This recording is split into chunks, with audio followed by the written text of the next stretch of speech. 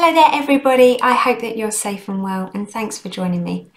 In this week's video I would like us to talk about if you're somebody that struggles with social anxiety, or if you're somebody that struggles with feeling so nervous that it actually affects your confidence to go out, whether that's to meet your friends or family occasions or even parties.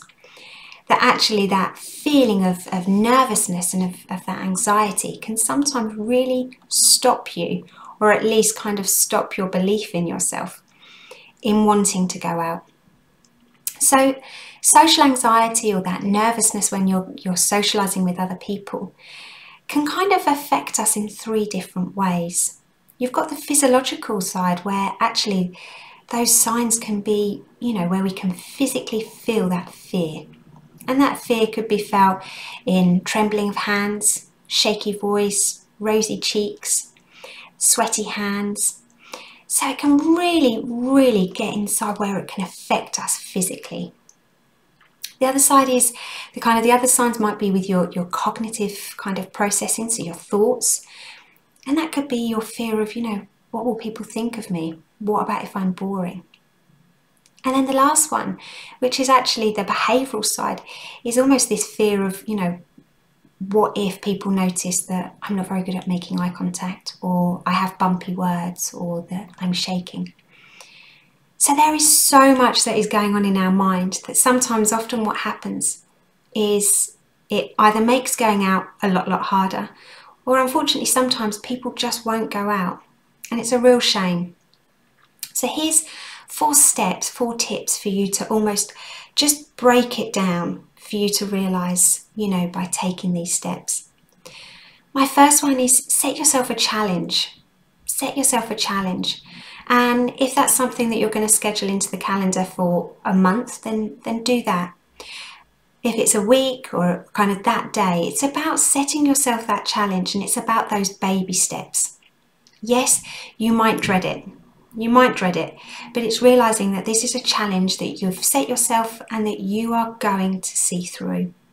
It's about realising that by you exposing yourself to this fear, full-on fear maybe for some of you, that it will allow you to realise that actually I did do okay. So set yourself that challenge. Allow yourself to think about that challenge and think about different situations, but don't let it always be negative. And when you do set yourself that challenge, try not to ruminate about the things that, the after. Just set yourself that challenge and just really go for it. My second one, and this is a saying that I feel as if I'm saying all the time, but when you have set yourself that challenge, when you do have that goal of going out, is instead of thinking of all the things that could go wrong, think about the things that could go right. Think about actually how much fun you might have. Think about actually that you might have a good time. And also, my best thing is assume people like you. Have that in your mind, that people like you. Instead of doubting yourself, just assume people like you and that you're fun to be around. Because if you're constantly thinking that you're not good enough, it's going to make it so much harder. So just if that's that belief, just assuming for that moment that everybody likes you. And it's remembering that people are happy. People like to talk about themselves. So when you are in that moment and you are with those people, assume that you're a good person, that they want to be with you, they want to be around you, they want to talk to you. Because sometimes I think that is just the hardest thing, when we have that critic going against us all the time. All the time. My third point is about grounding ourselves. When you have gone out, when you have faced that challenge, or when you're about to walk out the door, you've got yourself all dressed up and ready. When you are in that moment of thinking, I can't do this, or just not believing that you have the words inside you to even socialise, just ground yourself. Just ground yourself and just remind yourself that you're okay. You're okay. It's about recognising in that moment that you're feeling really nervous, really anxious. But it's about having that that belief. It's about allowing yourself to be in that moment and to remind yourself that I am okay, I am safe, I am with this friend who will look after me. You know, just remind yourself and ground yourself that the sky isn't falling, the world isn't ending, and I'm okay. I'm okay.